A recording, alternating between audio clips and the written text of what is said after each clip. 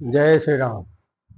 आज हम सांख्य दर्शन के प्रणेता महामुनि तत्व ज्ञान चिंतक महर्षि कपिल ने जीव की गति का सूक्ष्मतम विवेचन किया है।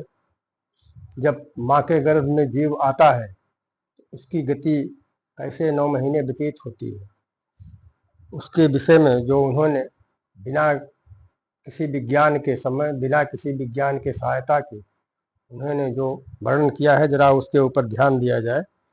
इसलिए कि कार्ल सगन ने जो बात ज्ञान और आध्यात्म को जिस ढंग से संयोजित करके हिंदू धर्म में रखा गया है, ऐसे ही नहीं कह दिया था, बल्कि उन्होंने कुछ न कुछ अध्ययन किया था।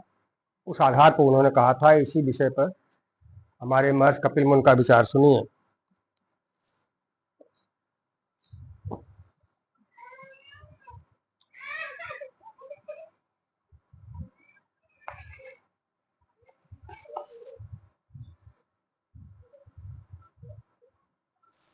प्रत्येक जीव अपने कर्मानुसार देह की प्राप्ति के लिए पुरुष के द्वारा माँ के गर्भ में प्रवेश करता है, जहाँ एक रात में मिलकर एक रूप कलल बन जाता है, 5 रात में बुदबुद हो जाता है, 10 दिन में बेर के समान कुछ कठिन हो जाता है। इसके बाद मांसपेशी अथवा अंडज प्राणियों में अंडे के रूप में परिणत हो जाता है। 1 महीने में उसमें सिर निकल आता है। 2 मास में हाथ पांव आदि अंगों के में विभक्त हो जाता है और 3 मास में नख, रोग, अस्थि, चर्म, स्त्री पुरुष के चिन्ह तथा अन्य छिद्र उत्पन्न हो जाते हैं।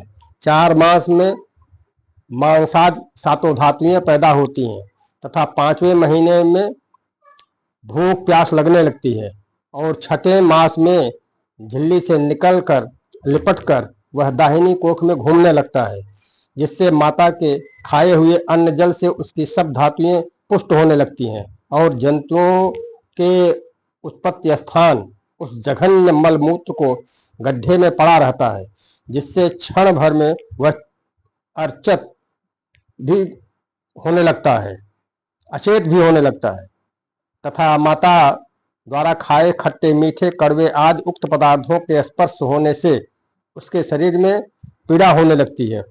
उसका सिर पेट की ओर और पीठ और गर्दन कुंडलाकार मुड़े रहते हैं तथा समस्त अंग हिलाने डुलाने में असमर्थ रहता है, झिल्ली में लिपटा रहता है।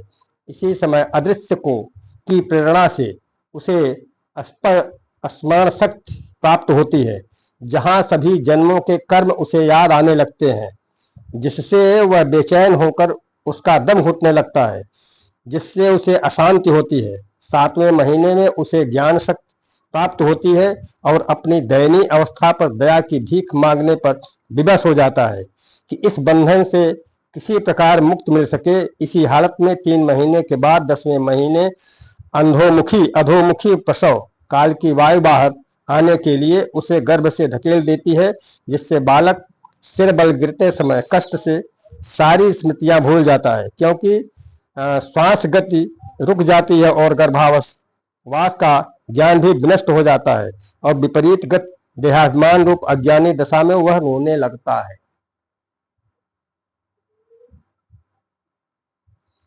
इस ढंग से बिना किसी विज्ञान के कपिल मुनि ने जो विवेचना आपके सामने प्रस्तुत की, हमारे भागवत पुराण में, विष्णु पुराण में, ब्रह्म पुराण में, ये मैंने आपके सामने उनकी विशेषता बताई।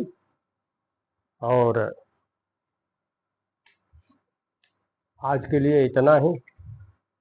अब अगले के लिए ब्रह्मांड विस्तार की बात इन्हीं शास्त्रों के आधार पर की जाएगी। धन्यवाद। जय श्री राम।